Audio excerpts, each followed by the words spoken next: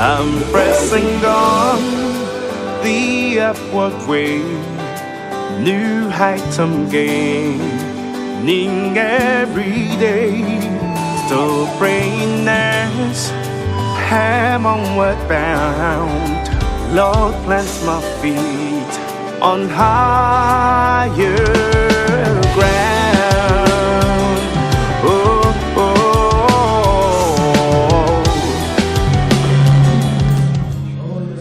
Genesis 2:18, the Bible says, and God said, it was not good for man to live alone. So I will make him a suitable helper. Women are to help the men.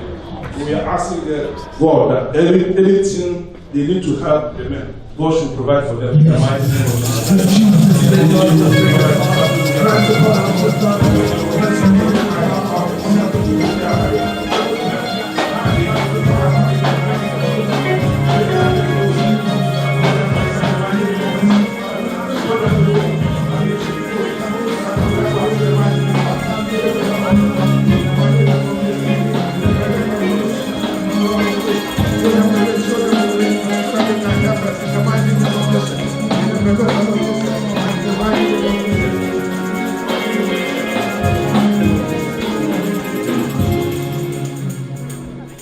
glory.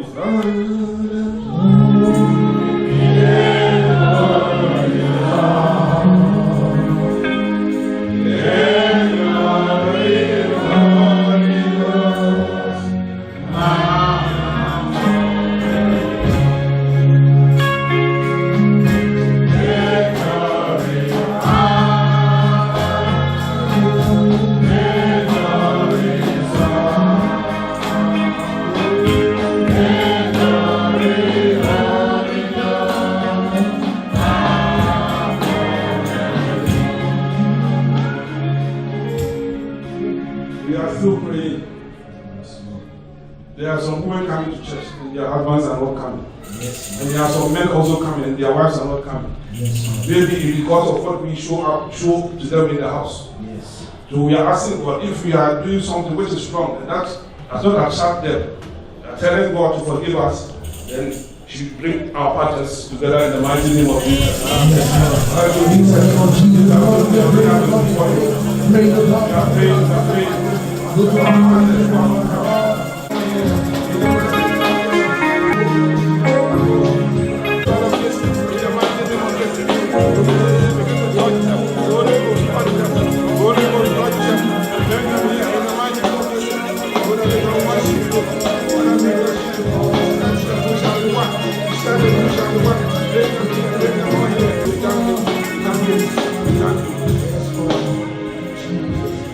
You are praying for the little ones. It's getting to Christmas. Come and get me safe. Come and get this food. Through that they put in sickness. Through that they put in bad spirit inside the food. We are asking God, whatever the children will go, anything that they are giving, you Lord should certify it in the mighty name of Jesus.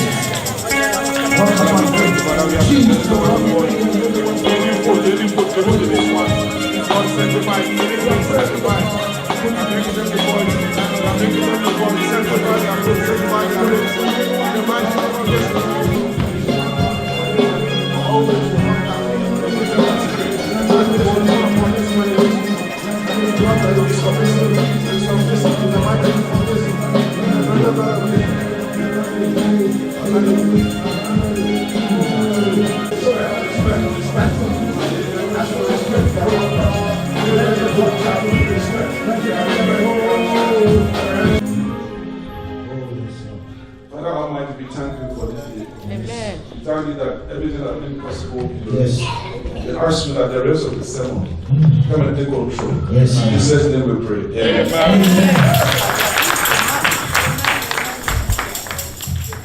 Thank you, and you see, very powerful. I'm now feeling fire here. We are about to learn. Say to your neighbor that we are about to learn. In this word, let me tell you, if somebody gives you money, probably that you will spend it. But if somebody imposes something into you, that is why they say wisdom is power. It will help you until the day you go into your closet, or until the day God calls you home. Amen. Amen. So without not wasting much time, I will invite our brother a friend, and also an elder. Elder and author, Mr. Senibosia, to come and throw a little bit highlights about what is going on here. Please, a round of applause as we welcome Elder, author, Senibosia to throw a little bit highlights about what is going on here.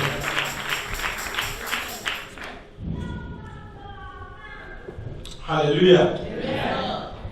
Just as he said, we are here to learn. You know, God created the earth, the heaven and the earth. And he said to man that we should subdue this earth. We should take over. We should govern. We should manage. God had already created the earth many, many years ago, but there was nobody, there was no plant, there was nothing on earth, because he had no one to manage it.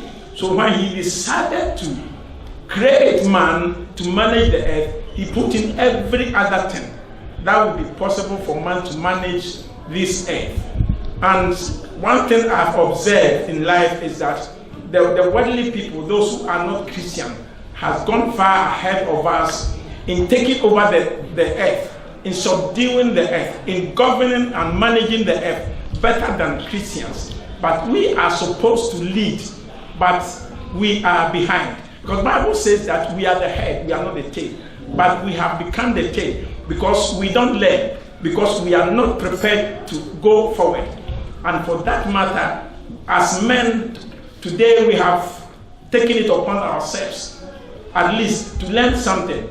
We did not want to import or invite anybody from anywhere to come and tell us what we should be doing, because we have capable men. We have men who are learned among us. So we decided that we're going to choose from among us so that they leave the pace for us to follow.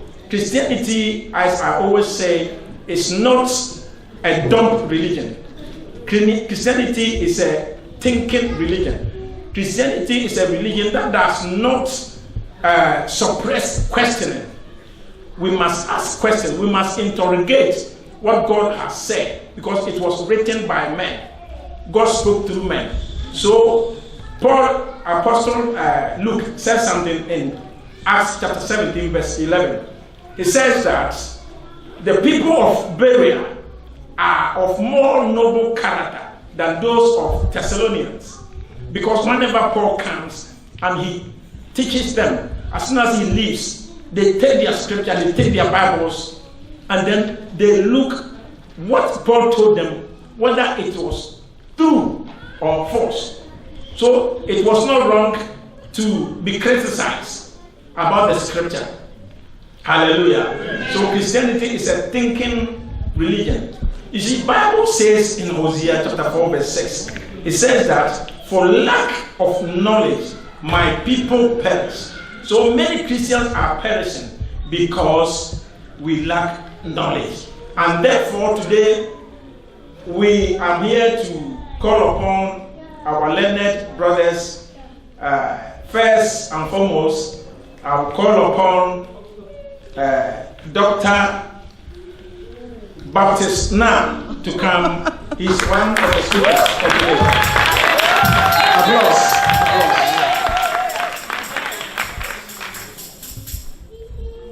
And then also, I'll call upon our dear brother, Prophet Dennis Quatin, second speaker for today.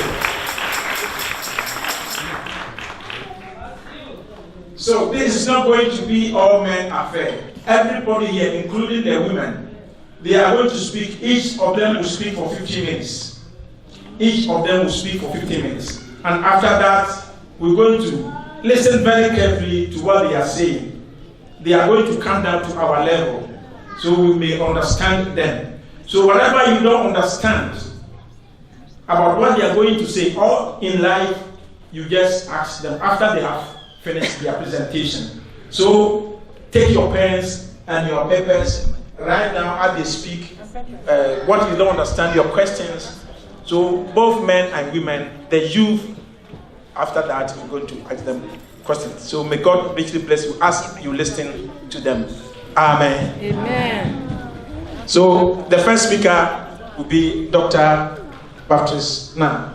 Amen. Amen. Praise the Lord. Hallelujah.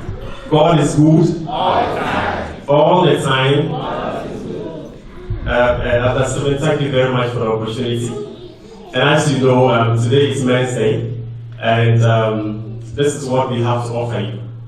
So let me tell you that on my part, and also on my co-speaker's part, we are going to do our best to be able to impart a little bit of knowledge in an area that we have been told to prepare on. And so I'm going to be as laconic as possible. I'm going to be short. And so within 10 to 15 minutes, as the servant said, that is what I'm going to do. So I don't want to take much of your time. And so let me kick the ball rolling. So I'm going to address two questions as I've been told to do. And the two questions are, the first one is, what is life? And the second question is, can biogenesis define life? So if it were going to be an exam, I think the first question is going to be very simple. What is life? You just define, and that's okay. And the second part, I think, is going to be a bit, you need a bit of work to do, which is, can biogenesis define life? First of all, we need to know what biogenesis is. And define is just a simple word, but at times if you don't understand it, maybe you'll not be able to. Define means to disapprove. But before I get there, I want to say that I'm aware the audience is not academic. So I'm coming from the academic side, so it's not academic, it's a church audience, and so I'm going to be as simple as possible. But the topic is biology related. So biology is a complex field of study. And so if I have to bring things which is more biology, it will be difficult for us. But the important thing is for us to pick one or two things from here. So let me start with the first question. What is life? There are various ways that we see life or we perceive life. But let me just give you this definition. The thing is that we want to understand what we are talking about. So life is defined as a condition or a characteristic that differentiates between animals and plants from inorganic matter. I hope you get it. Then life is a characteristic or a condition that distinguishes between animals or plants from inorganic matter. In other words, life can also be defined as the existence of an individual human being or an animal or a plant. When something is existing, then that thing is called life. Okay? Good. So that is how it is. So it's a complex area. One can also say that if anything has life, that means that that thing is a living organism. Living organism is living thing. So when you have life, then you are a living organism. And what that means is that as a living organism, you'll be able to move. You should be able to move as a living organism. You should be able to grow as a living organism. You should be able to reproduce as a living organism. You should be able to interrelate as a living organism. And you should be able to carry out functional activities. Apart from what I already said, you can do other things as a living organism. I hope you get me. Good. So, if you have life, you are living. So the opposite way is, if you do not have life, that means you are dead, right? Good. So that is what we need to know. So if you now, I want to paint the picture so that it will be clear to us. So what this means is that life is what you and I have at the moment. Is that not true? Yes. Yes. So if life is taken out of any of us, then we just become dead. That means you cannot do anything as you are sitting now. But as living beings, that's why we need from our elder, we interceded. We thank God for our life first. So that's what we need to know. So life is basically about that. So now that we have defined life and we understand life, I want us to go to the second part of the speech that I'm delivering right now, which is, can biogenesis define life? So, biogenesis. Can biogenesis disapprove life? So, before I define biogenesis, I just want to keep you in suspense. Before I define it, I want us to talk about the fact that biogenesis is called science. Okay? I hope you've heard science. Biogenesis is a type of science. So before I get there, that is what I want to explain. Yeah. So the question is, what is science? I want to say something about what is science.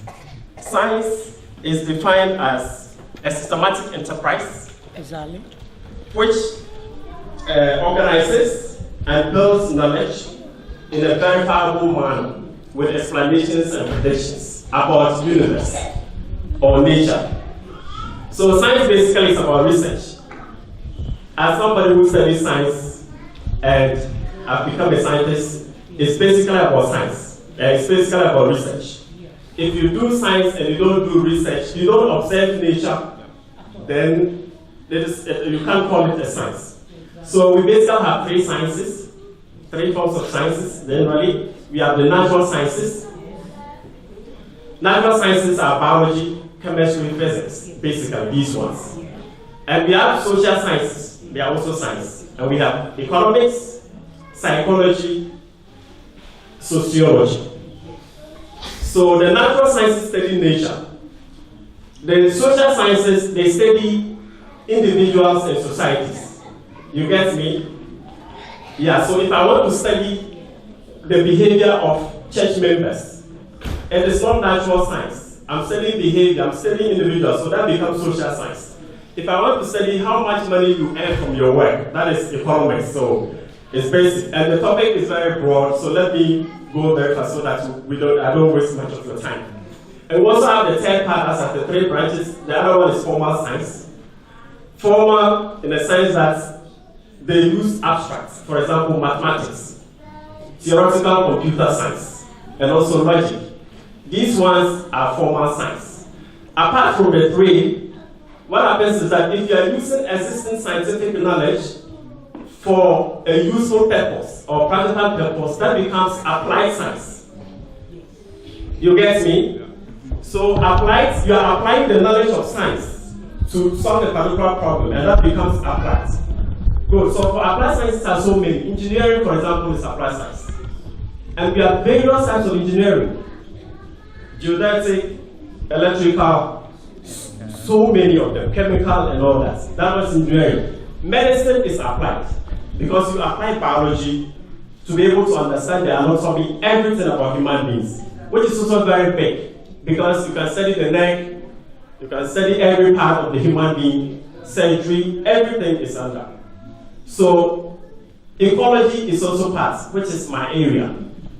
The interaction of living organisms and the environment, how they interact. That is ecology. So many applied sciences that are existing. So, as I said, I will get back to biogenesis. But let us understand these basic ones before we get there. Otherwise, we will not be able to get more. So now, having identified what these branches of sciences are, I want us to just think about the importance of science. No, science is very important. Is that not it? Yes. Yes. In our lives, everything that we do is science. It is basically science. So that is why in every country, in every part of the world, studying science is very important. It is important that we study these things so that we'll be able to better understand our natural environment, individuals, and everything. So science is very important because it leads to the transformation of human life globally. And how does science help us? So that is what I want us to do, reflecting the importance of science, since it transforms our lives. So the first importance of science is use of machines or technology. And these days it's called artificial intelligence. A simple definition of machine is anything that helps you to do work easily is a machine, okay?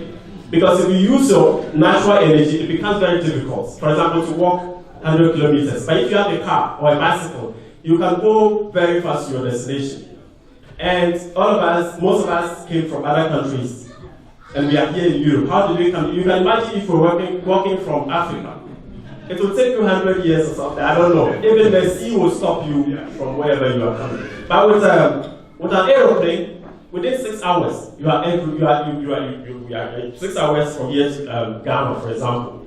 So science is very important. And all those, the aeroplane, the phones that the mobile phones that we have, everything is science. And that is helping us so that we'll be able to, to have better life. So take notes, whatever you use is science.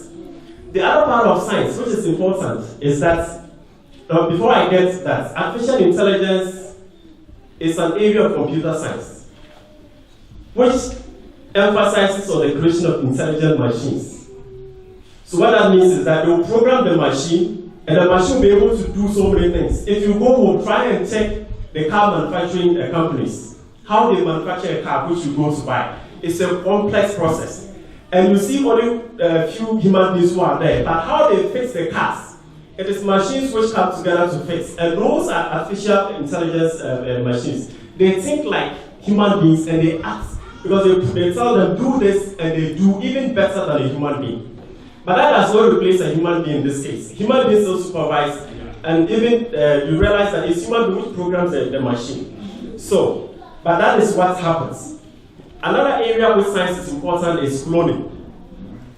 Cloning is a biological term which simply means making identical copies of something.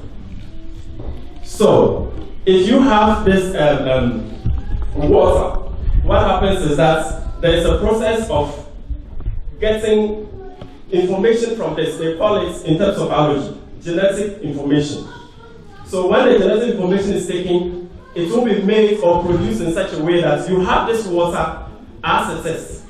But whether or not that the water behaves as it is or it is exactly, at times it's a problem. But that is what scientists are able to do.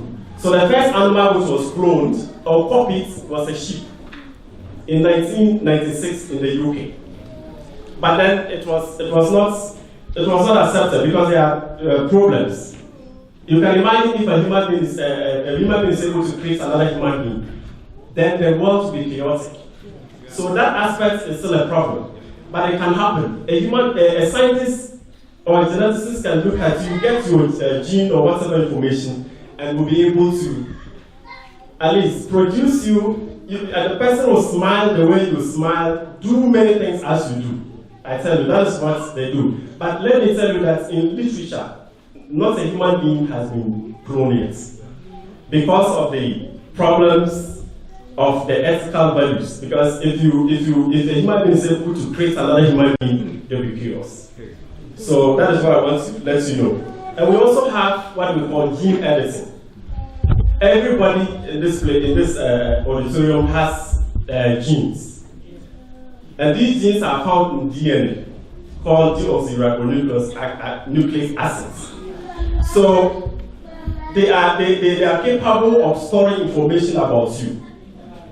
So what happens is that if a scientist or somebody is able to get this gene from you, the person can help in several ways. For example, if you have a genetic problem, and then because of that, maybe there's a problem with your genes, scientists will be able to either replace that gene which is not good and fix a new one, or if a gene is maybe old, they can replace it, or if it is that when they remove it, you will not have a problem, it will be totally removed from you. Do you get it? So these are some of the areas where science applies and is very important. We also have another issue. Scientists are able to help people to solve infertility problems. And this is happening. So if you are unable to conceive naturally to be pregnant, science is capable of ensuring that in biology, the woman, you have what is known as ovaries, which look like eggs. And then the men, we have something which is different from yours. and it's a liquid and a solid sperm. So scientists can extract these ones from you. If, for example, your womb is having a difficulty of keeping a baby, what will happen is that you can get somebody who can keep the baby for you.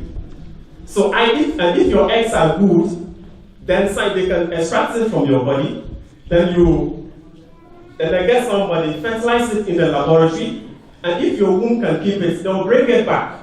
Within a day, they'll bring the sperm and the egg together, and then that can fertilize, and they bring it back to you, and then it will work. And that is what scientists are able to do. They can address some of these things. And as I said, it's an area which is very deep, but the concept is very clear to us. And then this thing which is very important. In several cultures, women are often blamed. If you want a boy and you don't get it in your family, the man will say, okay, this woman is not giving me a boy, so it is the fault of the woman. It's not like that. But in science, I just want to tell you how to determine sex or the gender of a child. It's from the first day the fertilization occurred. The man will produce what we call chromosomes, yeah? And these chromosomes, if you, science, they label them as X and Y together for man. A man has two X and Y chromosomes. And the woman has XX, that means the same. So, if you have a baby, a woman will contribute one chromosome, which is a part of it, which is X, and the man has the ability to contribute either X or Y. So, if you, the man, after you have met with a woman and the fertilization occurs, what happens is that if a man contributes X and the woman brings a Y, and the woman brings X, XX will be a girl. But if a man is able to produce Y, and the woman will produce X, then that becomes a boy. So many times you don't have to blame the woman for this, because it's not done. So, as said, let me go to biogenesis, because we don't have much time, so I don't want to explain so much. But if you have questions, we can address them. Biogenesis is simply the production of new organisms from other living organisms. That is the meaning of biogenesis. And as I said, it's a science. So what that means is that there is this belief that any life which is very complex must come from another life somewhere by means of reproduction. So that is what they believe. So this way, and the question is, can biogenesis, that means production of life from another life, will it disapprove life, for example? So this question is not easy to answer. But what I want to say is that biogenesis, it only attempts or tries to explain life, but it cannot satisfactorily indicate the very existence of life. Do you get me? If you say that a complex life comes from another life, so where came from the first life? So what that means is that scientists are still struggling to discover so many things. So scientists cannot create, because they want to create life, but God has also made it in a way that is difficult for scientists. So that is what is happening. So the idea of a supernatural being, which we know is God, is something that we cannot deny. Is that not true? Because that life which scientists think that they can create another life from must have come from another life. So how come? So the religious aspect is what my brother here will handle, to see how religion and life or science coexist. So to me, I think that science or biogenesis is not able to disapprove life totally, because there are still some loopholes in there. So let us take notes. And as you have listened, if there's anything that we can address later on, we'll be able to do it. Thank you very much. May God bless you.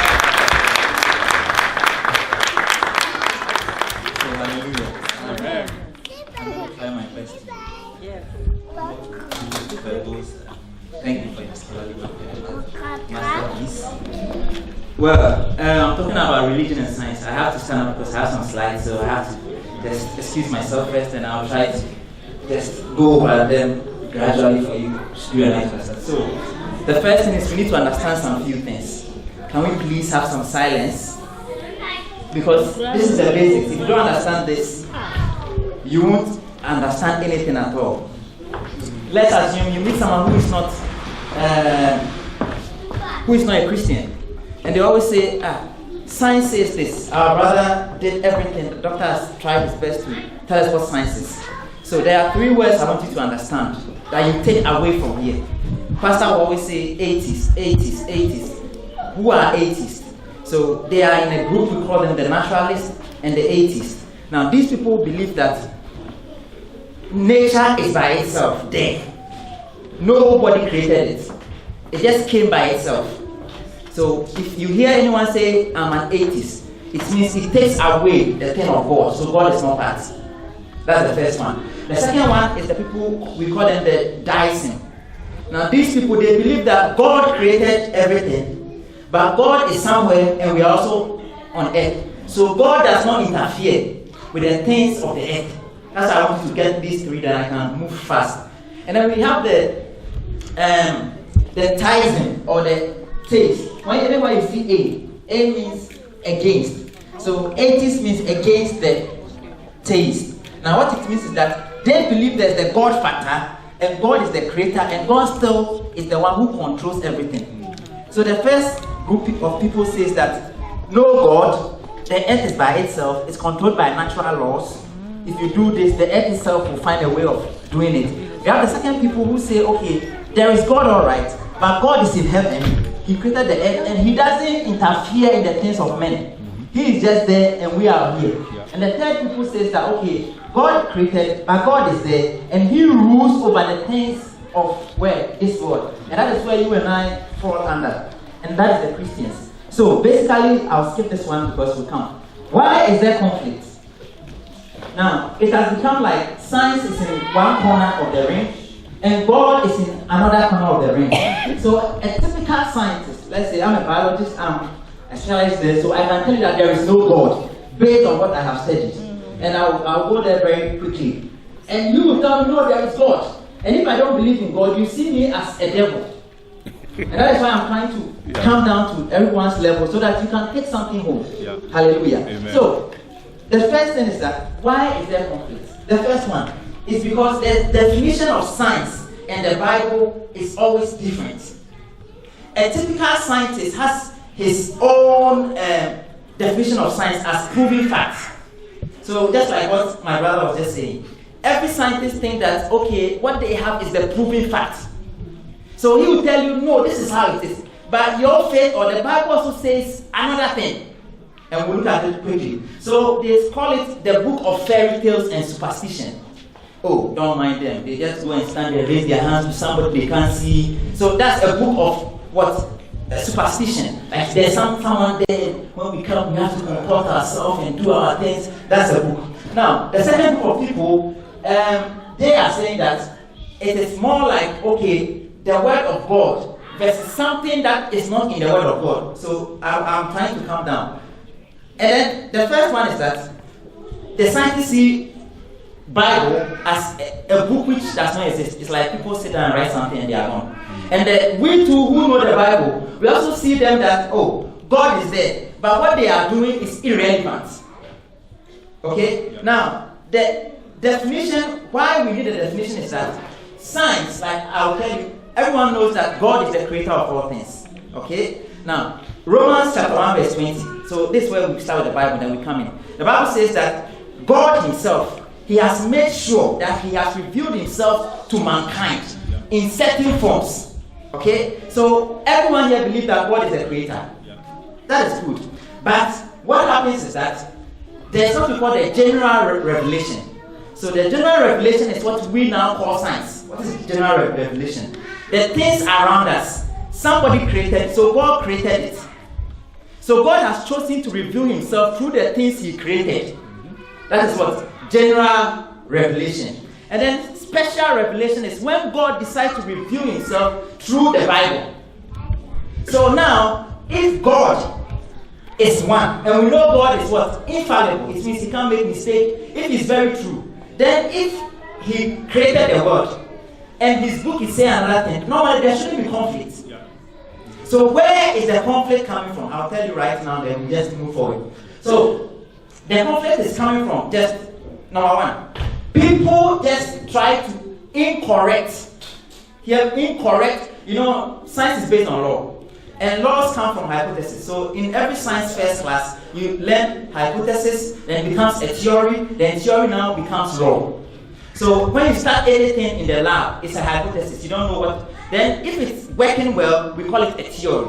Then after a while, when everybody accepts it in the scientific community, we call it what? A law. So we have like Archimedes' law. All those laws are some things that have been accepted by every scientist. Then it's called a law. If it's only your lab people who have that one, it becomes a theory. So let's get it. So incorrect scientific theory. So it means that we all know science is never 100% perfect. And then the second one is incorrect interpretation of the Bible. I told you from the beginning that there are two knowledges. General knowledge, this is what has been created, and then the special knowledge. That is what the word of God. So incorrect interpretation of the Bible also causes us to have a clear mind about science itself. And then the third one is combination of the two of them. So if, for instance, I'm a pastor, I can't interpret the Bible very well, and I'm a scientist at the same time. So when I combine the two of them, I will certainly give people wrong information. And people will begin to follow it and follow it and follow it. So, as long as science is seen as, let's say, the study of the creation of God, and the Bible is seen as the word of God, then there can never be what? A conflict. It's just a man, God, Isaiah chapter 40, he said there's no section of misunderstanding. Man can try to a point, just like what my brother said. To a point, we can't, and I will go very quickly and you understand. So where are the conflicts? Look at, I will take just 4 examples, then quickly I sit down. So we have something called geocentrism. The Bible says in 1 Chronicles, you can just try it, 16:30. It says that God has fixed the earth. So people were thinking that if God says that, then it means the earth is fixed and the sun is orbiting around the earth is here and the sun is going around it. But science has proven that that is not the case. It's rather the opposite. So the sun is there and the earth is orbiting rather around the sun. The second one is the age of the universe. 2 Peter chapter 3 verse 8. The Bible says that to God, one day is like 1,000 years. Many people have tried to calculate the beginning of the world. Now, the things you are seeing here, like these ones you are seeing here, they are all, we call them galaxies. Now, these galaxies, they come from what we normally call the Big Bang theory. But that one, if someone asks any question, then maybe later I can explain them very well. So the third one is, this is the most important thing that I want you to take home. Now, if you look at this, because creation and evolution, in 1859, there's a man called Charles Darwin. He came out with a book called The Origin of Species. Now, he traveled to somewhere and he saw how things were going. And then when he came back, he made drawings. And the next photo, you see it very clearly. You can see. Now, this one is a human being. What's the difference between this one and this one? It only looks like they are the same. It's just one is standing. Look at it very well. Yeah. Look at this one. This is a human being. And this is a chimpanzee. So if the chimpanzee were to stand up, it's just like the human being. Yeah. Right? Yeah. So science has proven that you and I are coming from apes. And if you meet someone out there, that's why I'm angry and I'm talking like that, because it's my food. So, okay, look at this one. Scientists believe that this one is an ape. So we have something we call Homo habilis. Now, the ape now evolved with years. It was like this and then began to raise itself. Now, the habilis are the people that we tell them Stone Age people. They use stones. You know, when you watch movies and those things. Yes. And so they develop and then they become Homo erectus. Erectus just means to stand upright. That's all. So as they were like this, so first it was like this, it became like this, and then it's like this. And then afterwards, it gave this, and then you and I came from here. Now, the person who brought this idea, Charles Darwin, he himself was quiet. He believed in God, all right. But his friend, we call him Thomas Huxley. Now, he's the one, he's called the bulldog of Darwin. He's the one who was making the noise. So, in a conference in UK, somebody asked him, are you sure your mother and your father come from apes? And these are the things that we go about at times. So all these things, fossils just means that the evidence that something was there. Now, this one was found by a lady called Annie. Now, Annie is from UK, Dorset. Now, this one shows the existence of dinosaurs. So, but you will never find dinosaur in the Bible. And why do I give you this scripture? The Bible says that Genesis 7 verse 2, God told Adam to take every animal that was there. So if dinosaur was part of the people that Noah took them to the ark, then we should still have dinosaurs. Hallelujah. Amen. Let me continue quick there and sit down. So, are we friends? Science and God, are we friends? Let's look at something. The thing is that we know more, but we believe less. Why? Daniel chapter 2 verse 4 says that in the last times there shall be a lot of knowledge. Knowledge will increase. So good. Now, let's look at something. King David, from everybody knows this scripture, for I was wonderfully fearfully made. Now, before that, he said, it was you in my mother's womb who made sure that you put everything together. Now, David is 3,000 years ago. How was he able to have this scientific mind? Why do you say, are we friends? There are certain things that are not there, but in the Bible, you can find traces of it. Yeah. So you will not get a complete scientific something in the Bible, but you find only traces of it. So that is one. And then, like I said, this one depends on law. And then, so the final thing I want to leave you with, what will you believe? God gave man, like that's what Elder said, God gave man the egg. Now the egg is what you and I have. The creator of it has left himself there. It is left for you and I to believe which one. Normally, we can add science and faith together for it to be best, for us to, you and I, to enjoy it. But we have the choice to choose which of the knowledges. And it's not because you are a Christian. But why must you choose the Bible?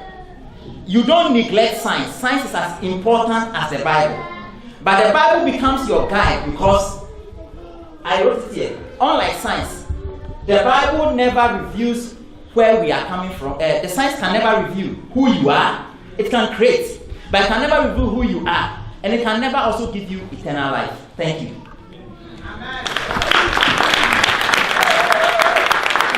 Now, questions. In case you have questions for the speakers, you raise your hand and I'll walk to you with the microphone and you ask them whatever you want to ask them concerning the topic that we are dealing with. Amen.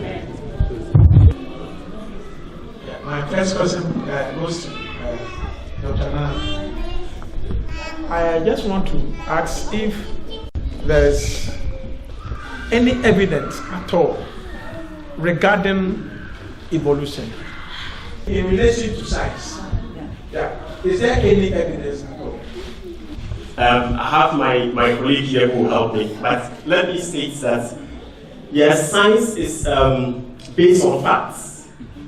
And as Brother Prophet said, it is when you have a hypothesis which is tested and it is true, then it becomes theory and then it becomes law when it is universally accepted. So evolution has taken place because scientists have developed interest into it. So if in terms of science, and those of us who have studied science, of course there's evidence that of course the people who have studied archaeology, they have come across, let's say, some objects or even bones which have been there for thousands of years. And especially if you have a bone, for example, and you want to test and see how old that bone is, that bone is likely to have what we call DNA. And DNA has the capability to store a lot of information for so long a time. So to study that scientifically, be able to know. But as my co-speaker already said, it is still difficult for scientists to be able to define what God has already done. So there is still a gap between science and God. And scientists have been fighting so hard to even become God, which is so difficult. So the evidence in terms of species, just as is shown here, Darwin describes, all of us evolved from, let's say, even inanimates. Something that can generate life, like soil takes time to form. And when the soil is formed, let's say plants will come, and as the plants come, they will provide something which will generate into life. Whatever life, then it will generate and reproduce, and then human being comes up from there. That is what evolution said, but that cannot be taken as a foolproof. So in my opinion, scientists have evidence which in actual fact cannot define actually what God already started as life. Thank you. So, to add to it, you can see on the screen what we call the Big Bang Theory. Now, this Big Bang Theory, anyone who studies physics, it's the first thing you said. Now, from evolution part as well, you need Big Bang Theory to explain this one. Now, Big Bang Theory means that there were certain collision of cosmics, stars. So they believe that, or I don't want to add myself because I'm a biologist, but we believe, let me talk about biology, we believe that the Earth came, it's difficult to explain without giving you chemistry. We know that water has hydrogen and oxygen, but it's just H2O. When you have 3 molecules of hydrogen and oxygen, just one molecule, it turns into ozone. This layer that we see, that when people talk about climate change, that's an ozone layer. Now, this thing that we are talking about here, they said they just came together, and with years, that's why I just showed this one. So, it's like this, and then it's Big Bang, it's just there, then bam. Then it turned into these ones, they began to expand, and then the planet and everything was formed. Of course, you will get archaeological evidences to prove that indeed something like that happened. But like I said, we are Christians, so we are from the Christian point of view. If the audience were just academic people, they will not bring the Bible. So we can't, like he said, there are gaps in between. One professor of mine told me, you see, we know that biology starts from kingdoms. So kingdoms, phylum, then you come down to species level. And even now, we even have variety. Within the species, we still have variety. So science is still finding out. So at times to say that the gap in between is for God, we might make a mistake by saying that. Because a time will come, you will still find the little gaps. But the thing is that God has made that you can't get the whole picture. Amen. My question goes to Dr. John D. Baptist. Doctor, as a Christian, as a scientist, is it wrong for me as a Christian to help my sister who have problem with the womb? So for example, if I give my sperm, the sister don't have a husband in the church, and the sister needs a child. If I now give my sperm to the doctor and give it to that sister and have a child, is it wrong scientifically? Is it also wrong biblically? Both of them. Yes, very, very deep and interesting question. So we don't have time, and so let us be very fast for this. As I already explained briefly, the issue Pastor is talking about is about infertility. So this is an area that science can help. And Pastor is asking whether as a Christian, is it wrong for him to be able to assist in this way? As somebody who studies science, and so I go with science, I don't see anything wrong with it. So this is in vitro fertilization. So if this doesn't happen, that means that your sister will have no chance to conceive a child. But scientists are capable of doing that. This is this in vitro fertilization or artificial insemination has matured. and people have benefited from it. So, let me handle the science part, and maybe he will handle the spiritual part. Ethically, I know that there will be a problem. But in the area of science, there is no problem at all, because scientists are able to do it. And even if your sister cannot carry the sperm, there is a possibility of giving it to another person who has maybe, if the womb has a problem, a miscarriage can occur. So there's a situation that's what we call surrogacy. You can take your egg, take your sperm, fertilize it in the laboratory, give it to another woman to carry for 9 months, and then you have a baby. Science has no problem with it, and it's possible. So, let me start from the why is everyone pointing at me? So 2 Corinthians 4 first, it says, whom the God of this world has blinded their eyes that they might not know the glorious gospel. First point. Number 2, we need to understand that when you give your sperm to someone, it is your life you are giving out. So someone will say, okay, we have what in, when you study biotechnology, you have something called bioethics. Is it right to be done? In the science aspect, there's nothing wrong. But in the biblical aspect, I will tell you there's something wrong with it. Why? And let me now. In the biblical aspect, it is wrong. Why is it wrong? Number 1, Psalm 127 verse 5. The Bible says that children are a gift from God. So first point, children are a gift from God. And it is He who gives it. Forgive me, but it's not everyone who will give it on this earth. And that's the truth. With foreknowledge known to God alone, the pastor will always say sons of perdition. Why would God make some sons of perdition and some are not sons of perdition? Only God can explain. So, in the scientific world, it is done, nothing is wrong, but the only thing is that you should understand that certain genes are incapable. My brother talked about, before the X and Y are formed, there's something we call meiosis. Now we have mitosis, that's the division of cells, normal body cells. And the sex cells it happens in meiosis. Now in this meiosis, it means maybe you have, let's say, a problem, a bit, and then the other one doesn't have a problem. All these will come, and the person will have all these factors. Thank you for giving to him. So you have all. So ethically, we need to check so many things like background, everything.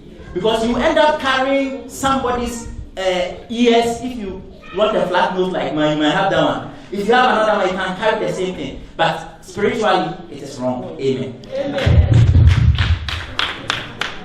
According to what Pastor asked, in the Old Testament, I forgot the book, but someone married and died without a child.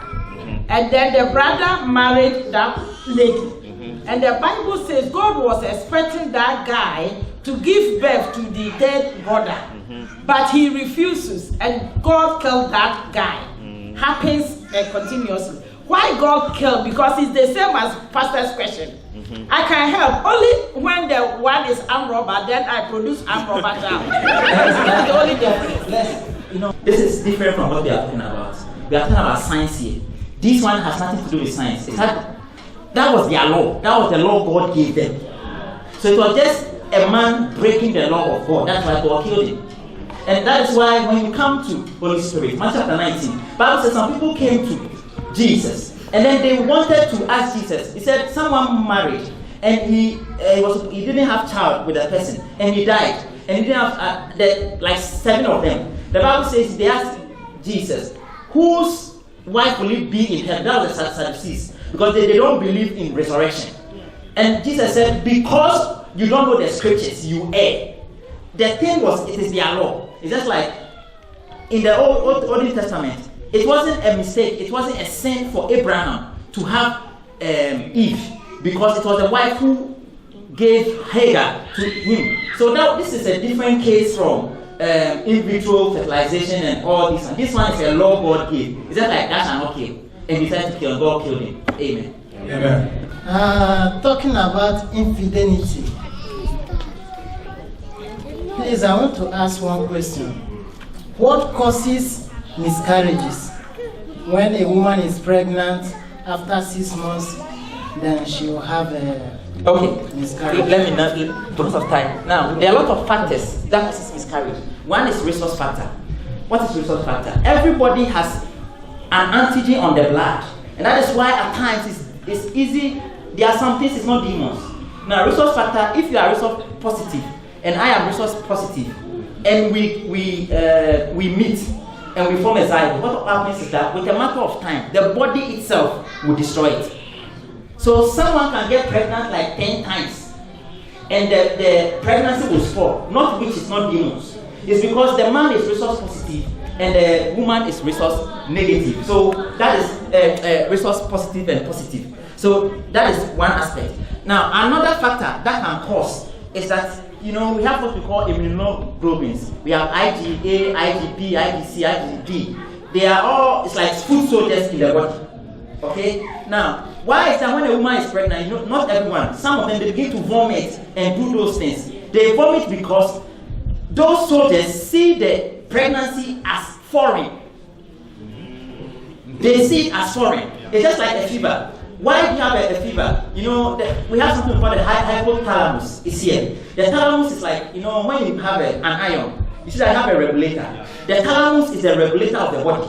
So when you see there's a germ inside, it raises the temperature automatically, hoping that the thing will die.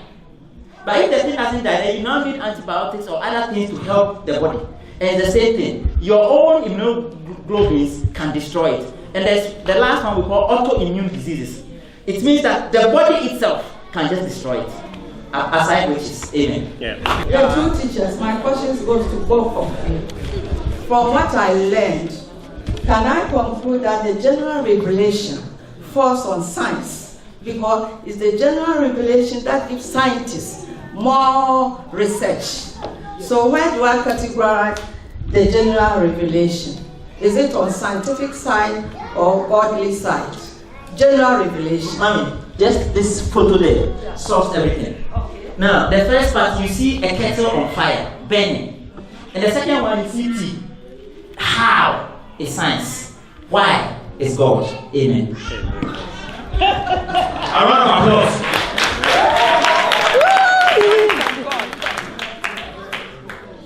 Hello, my name is Ruben, and I wanted to ask, why does God create the other planets when there is no life on it?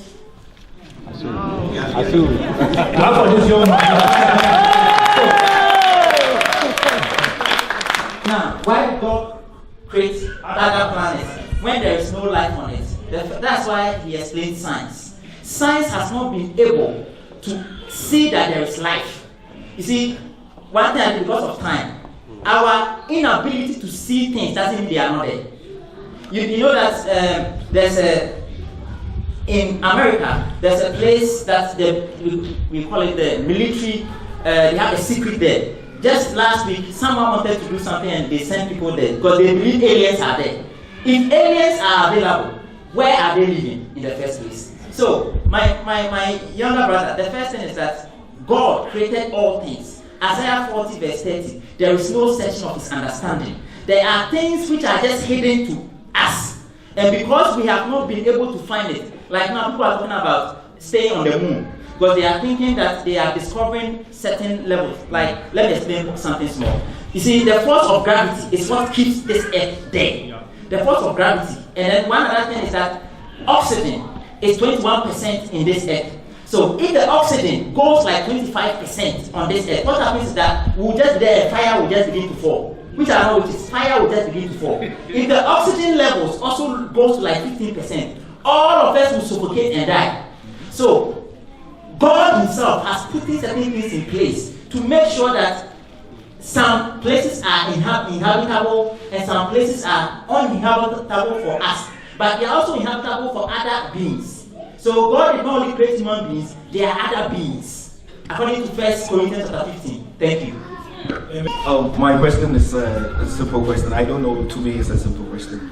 All I want to ask is, has science indeed been good or has affected the world? Comparing about science and then to our Christian life. That is what I want to ask. That is one. And I want to ask one question. That is, you were talking to doctor. You were talking about life. Is life generally or just about what we have or how we are living? Is it just life or to how we feel?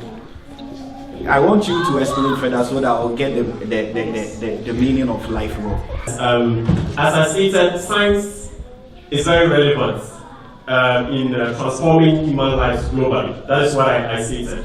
So there is no denying the fact that science is very important. And I catalogued some of the examples that I gave. But there are so many things that science can do. So to briefly say, science has done very good in order to make our lives better on Earth. And let us remember that these scientists are human beings like you and I. And God, whatever talent you have comes from God. Is that not it? So there are people who have devoted themselves only to solve the problems of life, especially engineers. The cars, the models, everything, even the airplanes, everything, that comes from science. So science is very important. And so that can also take away what God has done and God is not doing. Yeah, I understand you, but has it only helped or also good. So science has helped. But another way, as we're talking about in vitro fertilization, science has overstepped its bounds. In other words, science is trying to say that, yes, I can do what God can do, for example. But it has fallen short of what God wants us to do. And so if you take some scientific steps, if you look at some examples like this surrogacy and all that, there's some ethical aspects which is there. So at times it does not fully agree with what God's principles are. So just to add to his own, the first thing we need to understand that these people who are doing these things, like I said, they are part of the general. They were also created by God. And God has given everyone. So it means whether you are a Christian, you are a Buddhist, you are whoever, you have the possibility of furthering, let's say, nature or like helping nature. But the thing is that as a Christian, you must just know your boundaries. Where do you, like that's why we have bioethics. Where do I go? Where do I not go? And that is why we are guided by the Bible. You understand? So like what? Life, yes. Life, okay. So for life, what I just presented is about existence of life. How life exists, has existed. But how you feel is a feeling. But in this case, I'm talking life as the existence of an individual. How you come to being. And so that is how it's very complex even to explain how you have been formed in the womb in the first place. So it is the existence of an individual, not about how you feel. Okay. So existence of life simply. I know what he's asking. So just understand like this. Science has helped with life, but science, like I said, has stepped its boundary. But we as Christians, we have a limit because now we can now talk about genes and making foods better. But everything that we do in the lab also has a negative consequences. So for instance, this gene produced maize. That's why we were talking about genetics. It can cause deletion, it can cause misplacement, it can cause so many things. So I know at the end of the day, it's not going to really, it's not too healthy like the way we want it. But at the end of the day, why are people, we know more, but we are dying more now? Why? Because we are stepping beyond boundaries. Yeah. Things that are supposed to, so it helps us on one end, and the other end, it cuts us short. Amen. Prophet, my question goes to you. You said something at the end that the Bible is as important as science. Can you please elaborate? Because I believe one might be better than the other. Yes, I think maybe you should have been on par with me. I was coming from an academic view, and then the second one was on a spiritual view.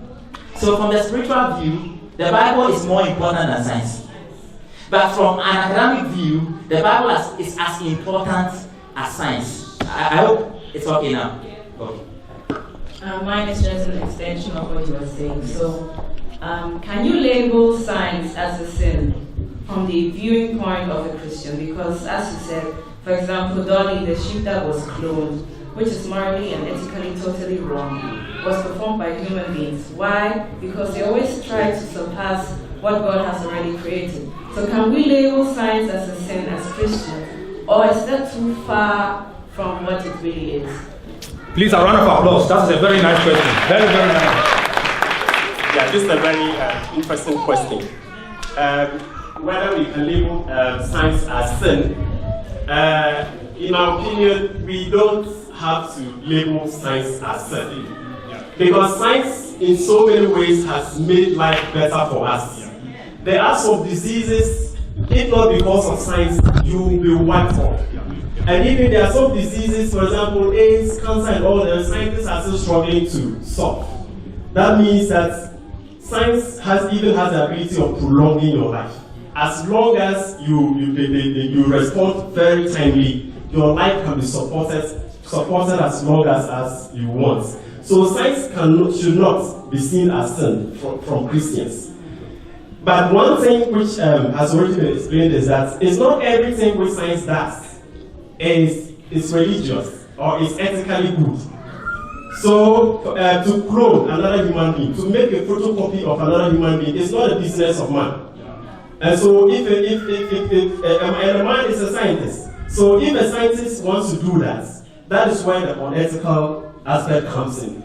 And as a Christian, you don't have to ask a scientist or to go to a laboratory to clone. That aspect should be taken out. Or doing things, and there are other areas, for example, scientists don't believe. And so those ones, as Christians, even though we study science, let us not allow science to influence us to a point where we believe that we say that there is no God. That aspect is not good. Thank you. Yes. My question goes to Dr. John. What causes life to cease? Because you define life as a living organism. That means anything that moves, that's like fish, trees, human beings, animals. We all move, we all breathe. What causes it to cease to some point? And then we say death. Scientifically, can you explain it to us? Yeah, thank you very much. So, as I said, anything that has life is a living organism. And so if an organism or a thing which does not have life again, then that thing is no more living but dead. So in science we have what is called clinical death. So clinical death is when your system ceases to respond.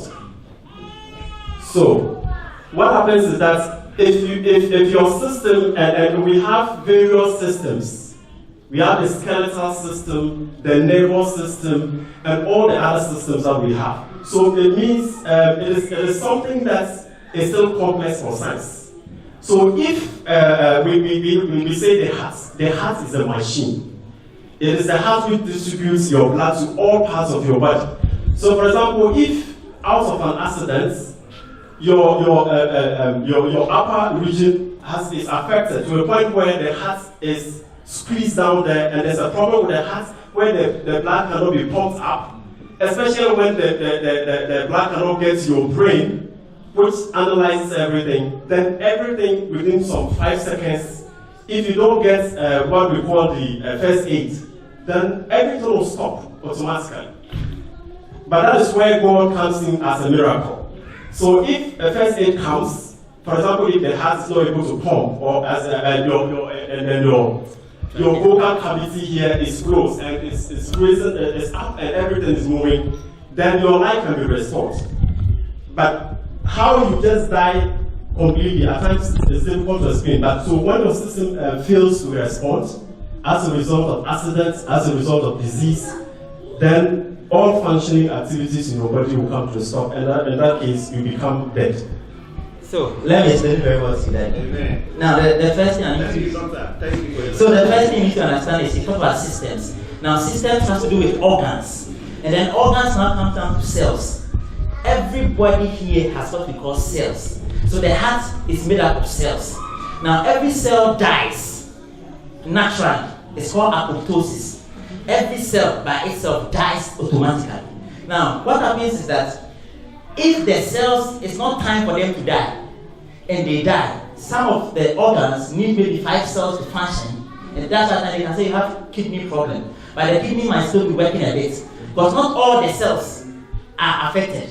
So if every system has a number of cells that must work for it to work, for instance, we know from the Bible that where 2 or 3 are gathered, God is dead. It's just like that. So if those cells die, automatically you are dead. So in biology, a dead being is one whose system does not function. Amen. Okay, my question is, you said that Christianity and science must not be in conflict. So now, when you read Genesis chapter 1 verse 1, say in the beginning, God created the heaven and the earth. You see, so in my elementary school science, we learned that for something to exist, it must have at least 5 elements. That is space, matter, motion. So when you read that verse, in the beginning represent time. God is a force. He created. Created means motion. Heavens, that is space, and the earth, that is matter. So I'm asking that, does science take that into account? Yes. Or give credit to the Bible? Hebrews 11 verse 3. Let's read Hebrews 11 verse 3. Your answer is just it. Now we know that everything from life is from what we call matter. Matter is made up of atoms. Now let's go to Hebrews 11 verse 3. The Bible says that he created the things that are not. So he created them from the things that are not seen. Matter is not seen. Atoms can never be seen unless you have microscope. Even that one, you need special microscopes to see them. So, like I said, science has its own availability. When you go to Leviticus chapter 11 verse 7, the Bible talks about life is in the blood. So, we all know that life, you and I, our life is based, according to science, is based on the blood.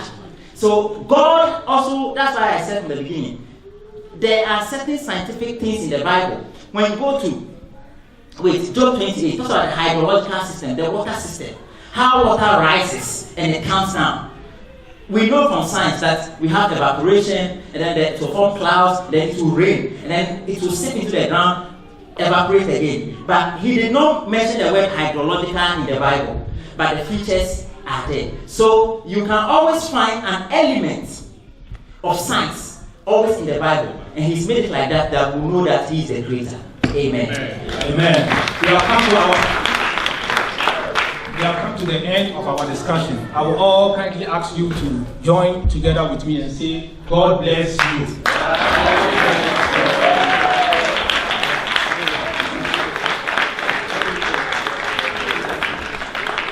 That is why we always say it is good to be in the house of the Lord.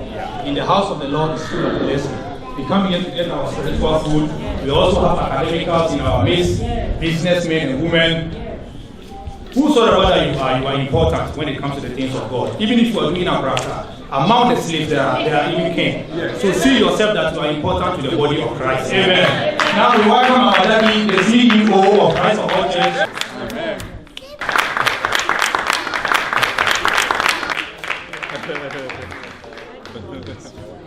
Thank you very much, men of Christ for All Church. God bless you. And women that gave men the possibility also to stand here. God bless you, women as well. Amen. Hallelujah. Amen. I'll just add one thing to what Prof and Doctor said. Science is not an enemy to God. Isaac Newton has been one of the best scientists of all ages. Without Isaac Newton, we'll know how the force of gravity and other things works. And I tell you, he studied mathematics, he studied physics, he studied philosophy, and at the end, he studied theology. You can check it. At the end, he studied theology. So, they are not enemies. Now, when you read the book of Proverbs, chapter number 30, verse 19, you realize that most scientists pick some of their inventions from the book of Proverbs and Ecclesiastes. Look at Solomon saying something that time. There was nothing like an airplane, there was nothing like a train, there was nothing like a ship. But look at how he pictured it. He said, there are 3 things too wonderful for me, 4 that I cannot understand. The way an eagle flies in the sky. The way an eagle flies in the sky. It's not marvelous how prey flies in the air. We still don't understand it, except, of course, the scientists that understand how the prey flies. And the way a snake walks on the path, and how the sheep are seen on its way. These are things that were so marvelous to him. If you read the book of Ezekiel, chapter number 3, or chapter 1 itself, you can understand how the Wright brothers, the people who invented the airplane, how they got the vision. Marvelous. They saw some kind of cherubims flying, but they have wheels that they can land and also pick up again. So I believe that God gave mankind wisdom to do all these things. But I can tell you there are many scientists who also prove that there is God. So we shouldn't say that science automatically proves that there is no God. No, scientists believe that there is God. Hallelujah. So everything that I believe science is doing to help mankind, we have to understand that it is a wisdom God gave to them. With that science, I believe the gospel of Jesus Christ will still remain somewhere in Europe. But thank God for the airplane, thank God for the ship. The gospel cannot be reached everywhere on the planet due to science. Another complex issue that I wanted to ask them, but time is up, is whether it is a sin to give your blood to somebody else. If we say artificial insemination is somewhat compressed, then I'm also thinking probably the whole witness are also right. Because if I give my blood to somebody, probably I have some sickness in my blood, the person automatically get that sickness, which may also be very wrong. So let us wait also another time, probably we can answer that one. Hallelujah. God bless you, Prof. God bless you, Doctor. God bless you all for your questions and answers. Science is not an enemy to God. God is not an enemy to science. It is all about the wisdom. He said it very right that in the beginning God created everything and He hid everything, every secret that He has created. And He said, mankind are given to search for it and you get knowledge. And people have searched for it and they have found answers to some of the problems that face nowadays. God bless you all. Amen. Clap for the men. I didn't want to say anything, but it seems they are doing their work. When you see this, and I believe you are all aware what is next. It's time for us to give to God. Bible says there is power in giving than receiving. So I'll welcome my brother. I call him Chief Igwe Ingonago. And I man will say Ingonago. Please, let's give it up for our brother, the young, to come and lead us in taking the tithe offering. Please, a round of applause for Chief Igwe #1. Hallelujah. It's time for us to appreciate our living God. Please, we are going to do it in another dimension. I know that we don't have time. Please, if you have your tithe and offering, I want you to stand up and raise it up and speak to that offering. Hallelujah. Am I going to live in this auditorium? If you have your tithe and offering, I want you to raise it up. Today we are doing it in another dimension. I want you to speak to that offering or tithe that you are holding. Speak to it. I don't know what you are passing through. I don't know. You have been alive today. From January to this day, God kept you alive. Appreciate Him. Speak to that offering. And so shall it be in Jesus' name. Amen. Amen. Please clap for our brother. I invite the anointed. Please don't come and disgrace me. Invite on stage the anointed Christ for all. I'm using the word anointed Christ for all men's choir. Please don't come and disgrace me. Please give them a round of applause.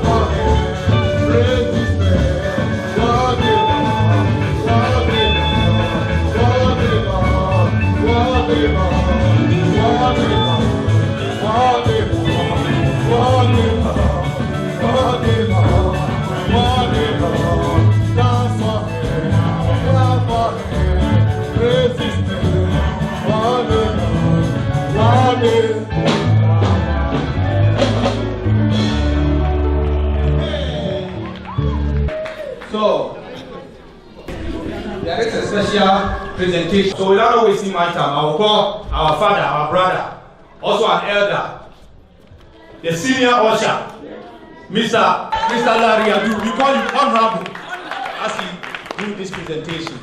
God bless you.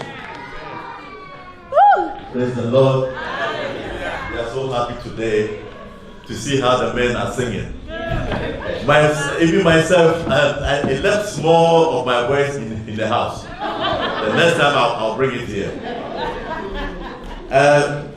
We thank our Sofmami so much for the hard work you're doing here.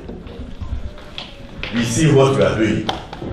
On behalf of the men, all the men, we have a small presentation for you. A small thing, so that you can remember the men. So, mommy, please, shall you come? This is a small thing for you. Yes. Please remember the men so much as you are the mother of the house. Please. No, don't finish. This rose also go to our daddy. Daddy, please come. This small rose is a symbol for all the men. Pastor, this rose, if you see this rose, pray for all the men in the church. Amen. I have put a small bottle there. So if the water finishes, put another water inside. So that it will not quench. Amen. So, Mary, this is for you. Amen. Very beautiful, very beautiful. My heart is open. My heart is open to you all. Thank you so much. I love flowers and everything. And I see you are getting it slowly. Because I love flowers so much. God bless you all for thinking of me and Daddy. Bless you. Thank you very much, ma'am. Thank you very much, Honorable, for the nice presentation. We have come to the end of our program. But before we leave, there is something that I would like to say. Amos 33 says, how can two move unless they agree? I believe today, by the grace of God, the day has been a successful. So I will urge all of us, both the men and the women, always to come together. Even the word says unity is strength. And the Bible says a family that is divided by itself cannot stand. So I pray that whatever that we do, every activity that we do here in the house of God, let us try as much as possible to participate, because our reward will be given on the final day. And even on this earth, God will surely bless us. So please, once again, I welcome the Chief Executive Officer, CEO, and the General Overseer for Christ Mountain to give us a praise word. Praise God. Shall we on our feet? As I said, you can't trust God 50%. No, that is not God. He whosoever comes to him must believe that he exists, not half exist, 100% existence. So that is how you can know God and receive from him. Believe in him, trust in him, and you will never be disappointed. Lift up your hands to the mighty God and tell God, God, I believe in you 100%. I trust in you 100%. I know that you meet all my expectations. Though it has tarried, but I'm believing that it shall come to pass. Tell God positive things this evening as you are going home. Trusting in him for your healing. Trusting in him for your recovery. Trusting in him for your promotion. Trusting in him for your resident permit. Trusting in him for the new step that you want to take. Trusting him for everything that you think it is possible for you. Trusting in him for every benefit, including good health and other aspects in life. Trusting God, believe in God. Believe God. Believe God for the welfare of your family. Believe God for the welfare of your children. Believe God for the wisdom for your children. Believe God for spiritual and physical intelligence for your children. Believe God. Believe God that God is a protector, and he will protect you and protect your children. Believe God in every aspect. He will meet your expectations, I believe that. Father, you told Moses to take the people to the promised land. Indeed, you have your own plan how you will lead them there. And indeed, you brought them to the promised land. Today it has become Canaan, it has become Israel, a nation that is blessed with every form of wisdom. These are your people. These are the children you have purchased with your blood.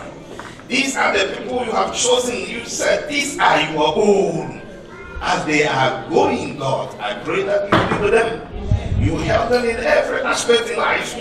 Father, you give them grace upon grace, kindness upon kindness, favor upon favor. Let the whole world understand that we are the chosen one. Father, may they go in peace. May they come in peace. Through Jesus Christ our Lord. Amen. Let's share the grace together. In the grace of our Lord Jesus Christ, the love of God, the fellowship of the Holy Spirit be with us now and forever. In case you are sick, you can still meet us. We are here. We pray for you. We believe that God. Oh Lord, I'm grateful for what you have done for me. I am very, very grateful for your kindness upon me. Oh, I was nobody before, but God has made me somebody now. Come and join me and say, thank you, Jesus. I said I am grateful for what you have done for me. I am very, very happy for your loving kindness upon me, Daddy. I was nobody before, but God has made me somebody now. Come and join me and say,